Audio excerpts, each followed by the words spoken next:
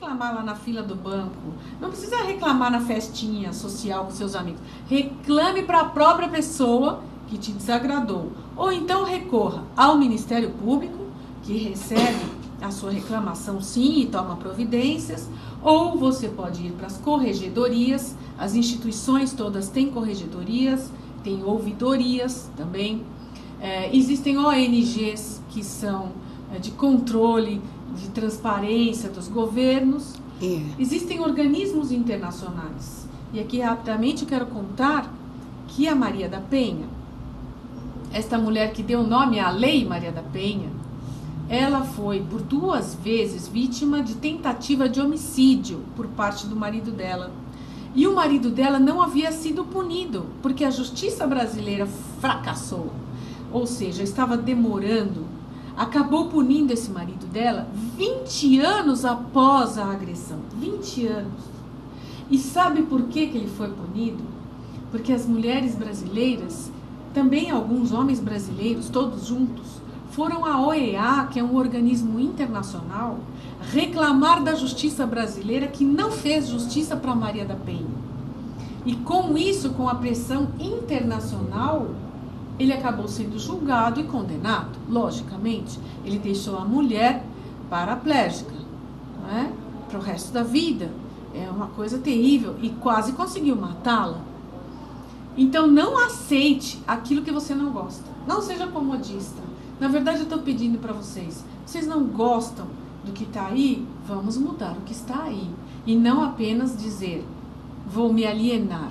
Eu não gosto, eu não venho mais. Só para terminar, eu tenho uma praça que eu frequento todos os dias, porque eu gosto de fazer exercício físico. Então, eu preciso me movimentar assim como todos precisam. E houve uma época em que essa praça estava muito abandonada.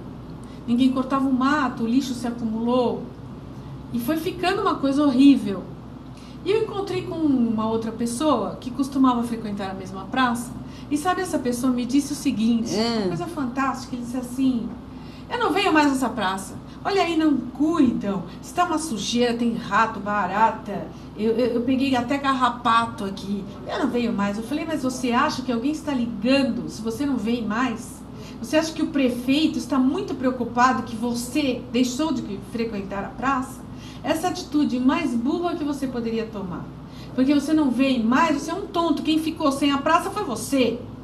É o contrário que você tem que fazer. Você tem que vir aqui e vai ir lá na prefeitura reclamar, porque é incumbência da prefeitura, limpar, podar o mato, recolher o lixo e tornar este lugar agradável para você e todo o resto da população frequentar aqui.